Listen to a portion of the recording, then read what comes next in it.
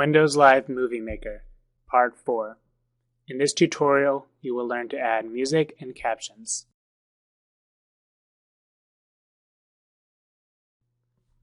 Welcome to the final segment. I've added a few more captions and a little bit more text, but this is certainly far from what a complete video would be. That would take too long to go over, so I'm just giving you some ideas of the different tools you can use. When you make your own videos, you can be much more creative about where you put transitions if you mix in video footage along with pictures or whatever you choose to do.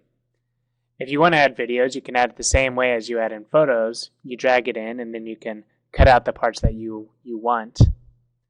But to finish up, I want to show you how to add music. And the important thing is when you add music, you can add any sound file. One of the big disadvantages of Live Movie Maker compared to iMovie is it's harder to do voiceovers. So if you want to do voiceovers, you have to add another program. And if you're interested in doing that, that's something we will be happy to help you learn how to do. But for the purposes of this, I'll just show you how to add in a simple sound file and the different things you can do with that. So I'm going to click Add Music at the top here. And then it lets me choose what I want to add. And I have, in my digital storytelling, a Creative Commons sound file. It's a song called Light. It's a nice instrumental track.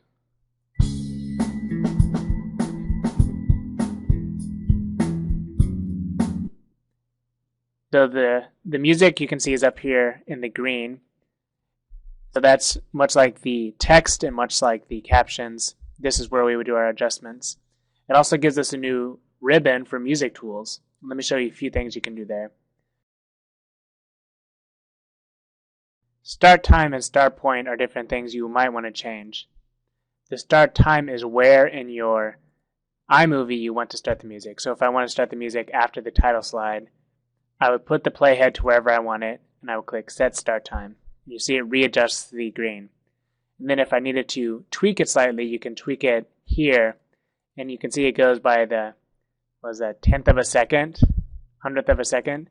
So you can really manipulate it to get the right point. I like to start right at the beginning, so I'll set that to 0. And the start point and the end point are where in the song you want to start and end.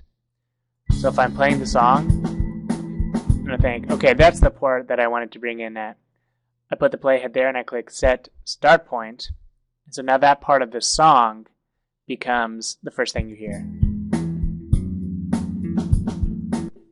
And same with endpoint. Another option that a lot of people like is they like to split the song. So maybe they like the first chunk and then they want to split it. And what that does is it cuts it into 2 separate pieces. And so now I can delete out this other piece if I wanted, and I can add in a voiceover or another song. Or I could have it fade in to maybe the ending part of the song. So if you want to fade in, just click on, I'm going to undo so it's one full thing again. At the front here, you have where you can fade it in. I'll do a slow fade in at the beginning and a slow fade in at the end. And you can adjust the volume. So if you want it to be kind of quiet in the background, almost inaudible, you can do that. But if you want it to be loud enough that people can hear the music very distinctly, then you leave it up. So that's all there is to music. It's actually pretty simple. The part that takes a lot of work is tweaking these start points and end points to get them just right if you have a specific part of the song that you like. So the final thing we're going to do is add in the credits, because we should give credit for all of the work that we have used that other people have provided. So I'm going to click Add a Credits, and it immediately puts me a slide at the bottom with the little credits there. So all these images were from either Creative Commons of Flickr or from Jamendo.com, which is a Creative Commons repository for music. So I'm just going to Control-C to copy those, paste those in here, and it makes a big long list. So I'm also going to write all objects are used under the Creative Commons license.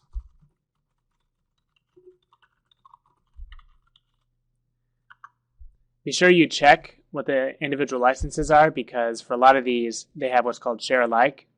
So that means if you use their objects, then you also have to make sure that your objects are available under the Creative Commons license. So I'm going to put that at the end.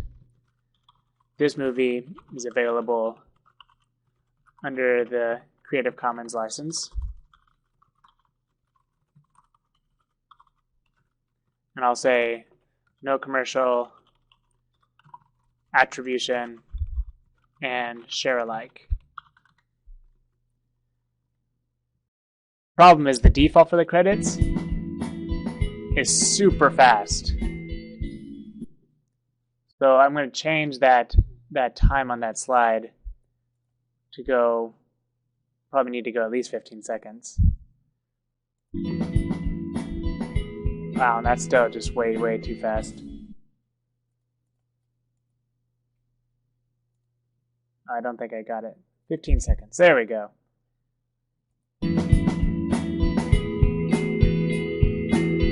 Still pretty quick, but you get the idea. And the music starts to fade out towards the end there. And that's the end. If I were finished, which I'm not, but if I were, what you would do is you go home to the home page, and on the side here you have these sharing options. If you want to put it on YouTube or one of these other places, you could do that. You can save your movie in a variety of different ways. You can see you can either burn it to a DVD. If you save it for a computer, it will make a WMV file. And the important thing is this will work on Windows, but it won't work on Macs, which is kind of a pain. But there's a couple of different file conversion software available out there. You can also burn it to a DVD. So you can choose whatever you want. For class, you'll probably want to save it to the computer. Or if you've used non-copyrighted material, put it on YouTube. Let other people see it. So that's it. It's a very simple program, and it works really well for the simple things it does, but you'll quickly come up against the limitations. So it really takes a lot of creativity to figure out how to get the program to do what you want. But you'll make some great things if you just kind of think about it and think about what your vision is and find a way to make the tool conform to your vision. Thanks for watching.